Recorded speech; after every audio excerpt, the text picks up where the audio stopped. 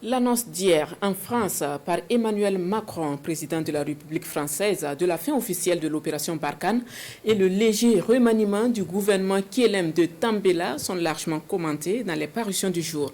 La revue de presse de Ahadi Sandamba. Gouvernement KLM 1, les deux nouveaux ministres en images affichent le journal Le Pays. Hier 9 novembre 2022, le gouvernement KLM a été remanié. Les deux ministres contestés que sont Donatien Nagalo et Yacouba Dié n'en font plus partie, rapporte le quotidien des 1200 logements. Ils ont été respectivement remplacés par Serge Poda et Mikailou Sidibé. Un autre fait de ce jeudi 10 novembre, fin de l'opération Barkhane au Sahel. Lutte contre le terrorisme au Sahel, les funérailles de Barkhane célébrées à Toulon mentionnent l'observateur Palga dans son regard sur l'actualité. C'est depuis la rade de Toulon que Jupiter a procédé à l'enterrement de première classe de Barkhane.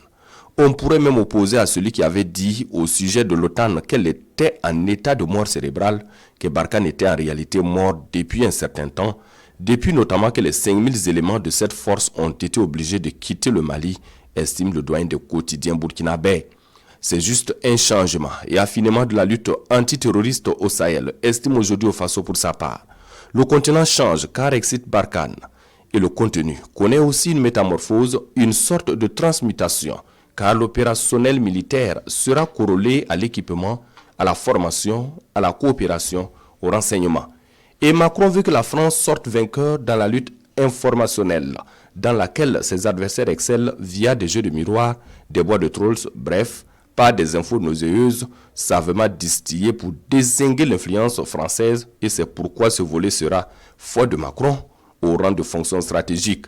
En français facile, Macron en aura le bol qu'on traîne la France dans la fange par un baissier digital, de faux récits et un appétit de violence, conclut l'éditorialiste.